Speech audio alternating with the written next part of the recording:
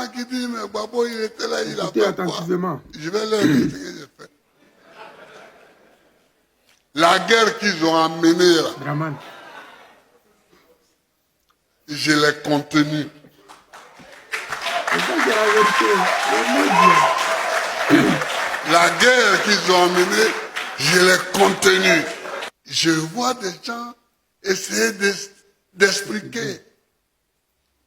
Non, mais nous étions exclus. C'est pourquoi Côte d'Ivoire là. j'ai été élu le 22 octobre. J'ai prêté serment le 26 octobre. Important. Nous avons fait le premier conseil des ministres le 27 octobre. On était au conseil des ministres quand on m'a dit qu'il y a des morts à Yopougon. Les charniers de Yopougon. J'ai envoyé Boga, Lida et le ministre de la Justice là-bas pour aller voir. Je n'avais même pas fini de former les administrations. La première attaque, j'étais au village. Ils nous attaquent le 6 janvier. Ouais. À peine 3 mois. J'ai dit, mais je suis arrivé au pouvoir à la fin octobre, novembre, décembre. Début janvier, on nous attaque. J'ai fait quoi en 2 mois pour qu'on nous attaque? Oui, en 2 mois, j'ai fait quoi qui mérite qu'une rébellion nous attaque?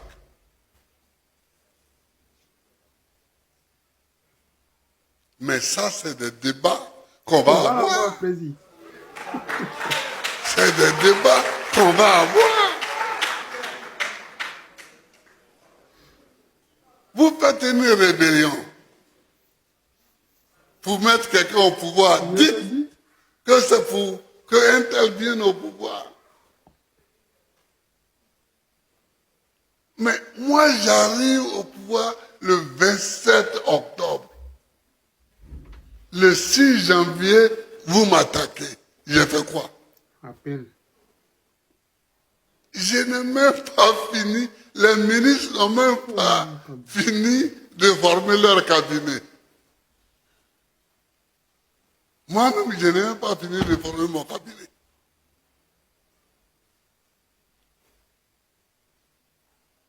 S'ils veulent qu'on en parle, on en parlera. Mais en tout cas, moi, je veux qu'on en parle. Vous voyez? Donc, si les gens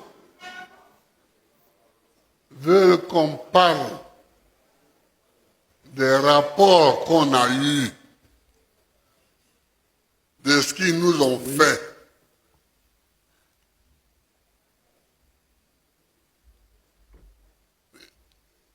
ils vont nous expliquer. Ils vont nous expliquer les mesures que j'ai prises qui allaient contre les boubous. Parce que beaucoup, oui, on ne peut pas porter des boubous. Moi-même, j'étais un boubou. C'est vrai.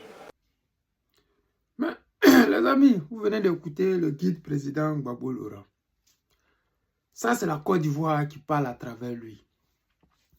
Le président Laurent Gbagbo parle de sa frustration, mais c'est les Ivoiriens dans leur ensemble qui sont frustrés par quand Alassane Draman Ouattara était dans l'opposition. Ce qu'il faisait au parti au pouvoir, à l'époque, c'était Gbagbo Laurent. C'est-à-dire qu'il prend le pouvoir 2 mois seulement après, une rébellion éclate. Et on essaie d'expliquer aux gens que cette rébellion des soi-disant enfants du Nord, c'était parce qu'en Côte d'Ivoire, on ne portait pas les boubous. Mais allez-y consulter le premier gouvernement du guide président Laurent Gbagbo. Il y a les enfants du Nord dedans. Même dans le gouvernement d'Union nationale qu'ils ont fait à l'époque, il y avait plein de djoulas dedans, plein d'enfants du Nord dedans. Mais le vrai point avec ces personnes-là, c'est que fallait coûte que ça soit Alassane Draman Ouattara qui vienne au pouvoir. Ce n'était pas parce qu'il n'était pas dans le gouvernement. Ce n'était pas parce que le guide président Laurent Gbagbo avait signé des décrets interdisant les boubous. Non. Nous, on a grandi peut-être à Boisflé, où à 5 h du matin, il y a les Alawa Koubar ou les musulmans. Alors que là-bas, ce n'est pas chez les musulmans, man. Mais on a grandi avec ça. On les a côtoyés. Donc, dire aux Ivoiriens ou peut-être aux étrangers à l'international qu'on ne portait pas les boubous, les nordistes étaient marginalisés, c'est faux. Le vrai point là, c'était la souffrance qu'on vit aujourd'hui là. C'est pour ça qu'ils se battaient. Mais nous, on remercie toujours Dieu parce que tout ce qui arrive à l'être humain là, soit ça lui donne des conseils, soit il continue à être abruti comme il a été avant que Dieu lui donne ces conseils-là. Si Dramane Ouattara n'était jamais arrivé au pouvoir, nous, Ivoiriens, on n'aurait jamais su que nos terres qu'on donne aux gens gratuitement, nos maisons qu'on donne aux gens gratuitement, les choses qu'on donne parce que nous avons bon cœur, ça allait devenir comme ça dans nos mains aujourd'hui. Aujourd'hui, ils sont au pouvoir. Qu'est-ce qu'ils nous donnent? Au contraire, ils nous chassent. Ils prennent nos terres, ils prennent nos femmes, ils prennent tout ce qui nous appartient. Dans le sud, là, ils sont députés, ils sont maires, ils sont tout ce qu'ils veulent. Mais au nord, là, nous, on ne peut pas être député, on ne peut pas être candidat, on ne peut même pas faire un meeting là-bas. Mais Dieu nous a ouvert les yeux. Aujourd'hui, là, il y a certains endroits au sud, il n'y a pas de terre à vendre. Mais avant, là, les terres, là, on leur donnait ça cadeau. Parce qu'on se disait que c'est nos frères. On se disait que c'est les Africains. On se disait que c'est des gens qui ont besoin et qu'on va s'associer. On va leur donner un peu pour qu'ils mangent aussi.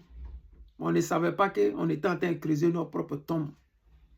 Mais grâce à Dieu, le guide président Laurent Gbagbo, il est vivant. Nous allons reconquérir ce pouvoir-là. Nous allons reconquérir ce pouvoir-là. Comme les gens le disent. Nous allons reconquérir ce pouvoir-là. Et vous allez nous expliquer ce que vous faites aujourd'hui là. Vous allez nous expliquer.